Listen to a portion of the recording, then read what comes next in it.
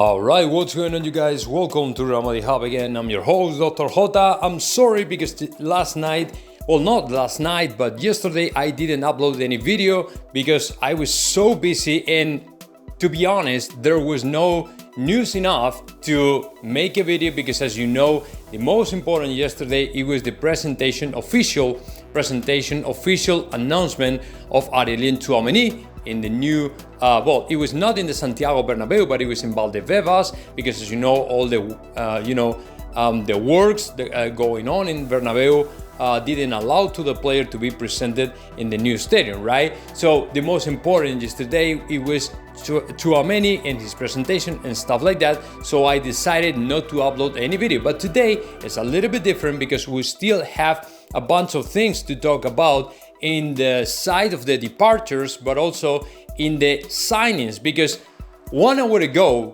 Tomás González Martín in ABC claimed Real Madrid will no longer keep tracking and monitoring the market in order for them to sign new players. But let me tell you what, is it going to be real? Is Real Madrid giving up on the signings for next year?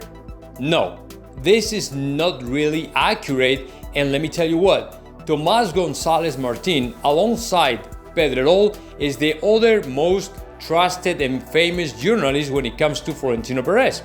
Those two are the guys Florentino Perez trusted the most with, just because they've been working with Florentino Perez very close over the last years. And of course, every single thing Tomás González Martín says, it is very important and normally is true. But in this case, it's a little bit different.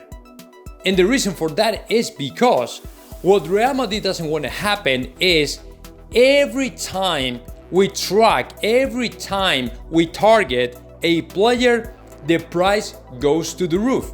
And the reason for that is because every time somebody says Real Madrid is interested in this player or the other player, again, the price goes to the roof. So what Florentino Perez wants to get, telling Tomás González Martín, okay, just say we are no longer interested in the market, is a kind of signal for the rest of the teams to assume Real Madrid is not looking for any other player, so the price of any single player increases. You know what I'm saying? So the point is, if we have to go ahead, if we want to target any player, not to say anything and keep it low key so the price doesn't go up, right? So to me, I mean, the transfer windows, the summer window market is just begun, right? So there's still a long summer ahead for Real Madrid not to sign a single player. So to me, Real Madrid will keep monitoring the situation on the market,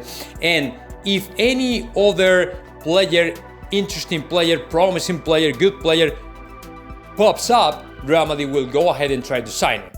Let me tell you what, in addition to this, Real Madrid was actually monitoring and tracking the situation of Darwin Núñez, and the only reason why we didn't sign the player, it was because, according to Fabrizio Romano, the non-European passport of the player made Real Madrid to stop everything and not to keep moving forward in order for them to sign him. Again, the same problem that we had with Gabriel Jesus and the passports of Vinicius Jr., Militao and Rodrigo, the Brazilian players who still are not, or still don't have, the Spanish citizenship or whatever you want to call it. So we were about to sign Darwin Núñez, but we couldn't, right?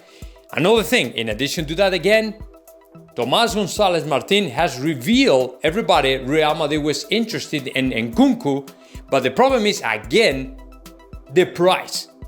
And I think it's because somebody told Leipzig Real Madrid is tracking to Nkunku, so Leipzig said, okay, if they want to come, if they want to go ahead and sign the player, it's going to be 100 or up to 100 million per the signing, which to me is completely crazy and insane price. So Real Madrid decided not to go ahead and say, okay, we quit. We're no longer interested in this player. Okay, so that's why, and that is actually what is happening right now in the market when it comes to Real Madrid. every time we keep an eye on a player, the price goes to the roof. And it's that, and of course the other reason, non-US passports. So those are the two reasons that are preventing to Real Madrid to sign more players, okay? So now when it comes to departures, let me tell you what, Luka Jovic, Mariano, and Marco Asensio are right now the three possible next departures in Real Madrid. Luka Jovic really wants to leave Real Madrid because he really wants to play and he's looking for a team who might provide the minutes he's looking for. Number one. Number two, Mariano. At first, he was decided to leave Real Madrid this season, but apparently something has changed. And according to Jose Felix Diaz, it's not for sure the player will leave Real Madrid this season. So we might have the same problem again, the same situation again when it comes to Mariano Diaz. So let's see what happens. And then we also have the drama with Marco Asensio and what is going to happen with the Balear player.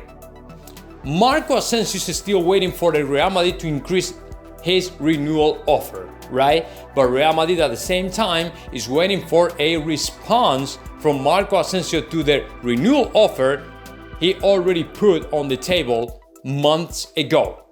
Jorge Mendes on his side is working hard, is pushing hard to pull out Marco Asensio from Real Madrid and sign him for Manchester United, which is to me the deal he wants to reach, because for him that would be really profitable, right? So the best thing for Jorge Mendes is Marco Asensio to leave Real Madrid and join Manchester United. I still don't know what is going to happen, but to me it makes a lot of sense for an agent to sign a new player to or attach to a player, a Real Madrid player, to a new team like Manchester United, because that'd be really profitable for Jorge Mendes. We're talking about if Real Madrid is able to receive about 40 million for the signing of for the sale of Marco Asensio, then Jorge Mendes would receive about, I don't know, maybe 4 million or something like that, the 10%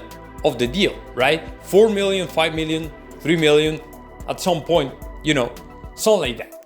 So what is going to happen, in my opinion, is Asensio, 80% chance will leave Real Madrid. I mean, for Real Madrid, according to Tomás González Martín, Asensio is no longer the player he used to be. Asensio is a very irregular player, a player that is all the time on and off. One good game, 3 bad games. One good game, 3 games where nobody see him, right? And he's completely fade away, and he doesn't have any, he never steals the show. He's not the most important player, except maybe once in a while.